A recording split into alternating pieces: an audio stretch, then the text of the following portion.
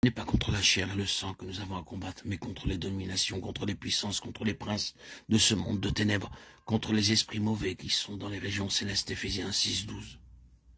Paul dit, revêtez-vous de toutes les armes de Dieu afin de pouvoir tenir ferme contre les embûches du diable. Éphésiens 6:11. Les embûches du diable consistent parmi d'autres choses à nous empêcher d'avoir plus de lumière, à nous dérober de la lumière que nous avons, à tout employer pour nous dérober de la lumière que nous avons, à introduire quelque chose qui a aveuglé nos yeux, et à les détourner du Seigneur Jésus pour les fixer sur autre chose, peut-être sur nous-mêmes ou sur un intérêt terrestre. Dès que cela nous arrivera, nous serons de nouveau en esclavage et des prisonniers impuissants. Les puissances mauvaises sont les princes de ce monde de ténèbres. Éphésiens 6:12. L'illumination spirituelle signifie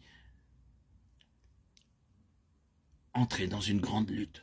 En vérité, il y a toujours une bataille à livrer pour recevoir une lumière spirituelle nouvelle.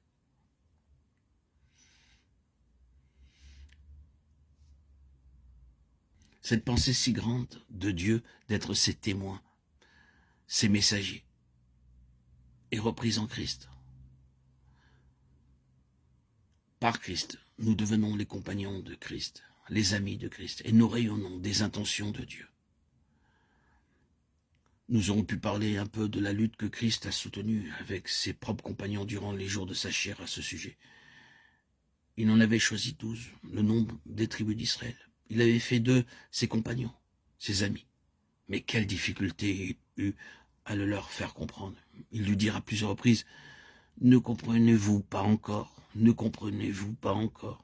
Et il dut présenter son enseignement en parabole pour de petits enfants, pour essayer de faire pénétrer dans leur esprit obscur une compréhension de la vérité spirituelle. Le semeur sortit pour semer, nous voyons l'image. Mais c'est là une image pour de petits enfants, n'est-ce pas? Et il leur dit toutes les autres paraboles lorsqu'il les eut toutes terminées. Il lui dit aux disciples qu'il était nécessaire de leur parler dans ces termes parce qu'ils n'avaient pas d'intelligence. Tout au long du chemin, il avait à lutter contre leurs pensées obscures. Et ils tournaient leurs yeux vers un jour où ils comprendraient. Cependant, comme il savait que ce jour devait arriver, il ne les abandonna pas. En ce jour-là, vous ne me poserez plus de questions. Quand lui, l'esprit de vérité sera venu, il vous conduira dans toute la vérité. Jean 16:13. Je me suis dit bien souvent que le Seigneur Jésus doit s'être senti très heureux au jour de la Pentecôte. Avons-nous lu le message que Pierre apporta à la multitude en ce jour-là? Il y a ici un profond sujet d'étude biblique pour nous, si nous faisons une liste de tous les sujets touchés dans cette prédication.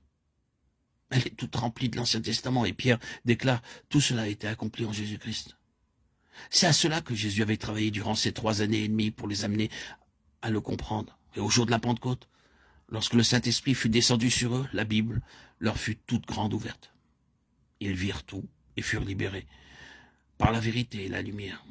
Je crois que Jésus doit avoir pensé, c'est pour cela que j'ai vécu et souffert. Ces hommes voient enfin, ils sont désormais mes compagnons. Les compagnons de Jésus sont ceux qui voient comme il voit, lui. Combien cela est vrai de toute communion. Il ne peut réellement pas y avoir de réelle communion entre deux personnes si elles n'ont pas la même vision. Elles peuvent désirer rester unies, mais combien cela est difficile lorsque l'une n'a pas vu ce que l'autre a vu. L'on peut s'accorder jusqu'à un certain point, mais il sera impossible d'avancer ensemble. Les Écritures disent, 2 hommes marchent-ils de concert s'ils ne sont pas entendus d'avance? Amos 3:3. La réelle communion repose sur une compréhension mutuelle, et je pense qu'il y a peu de choses que Jésus demande et désire autant que d'avoir des hommes qui le comprennent. C'est là ce que Dieu a toujours désiré, et cette pensée est reprise par son Fils pour être confiée aux compagnons du Fils. Jean dit, si nous marchons dans la lumière, comme il est lui-même dans la lumière, nous sommes en communion les uns avec les autres. 1 Jean 1:7. La communion avec le Seigneur et les uns avec les autres ne peut être que si nous marchons dans la lumière. Je pense pouvoir dire que nous avons reçu, du moins en parole, beaucoup de lumière. Tout ce que nous pouvons dire, c'est « marchons dans la lumière et nous serons libres ».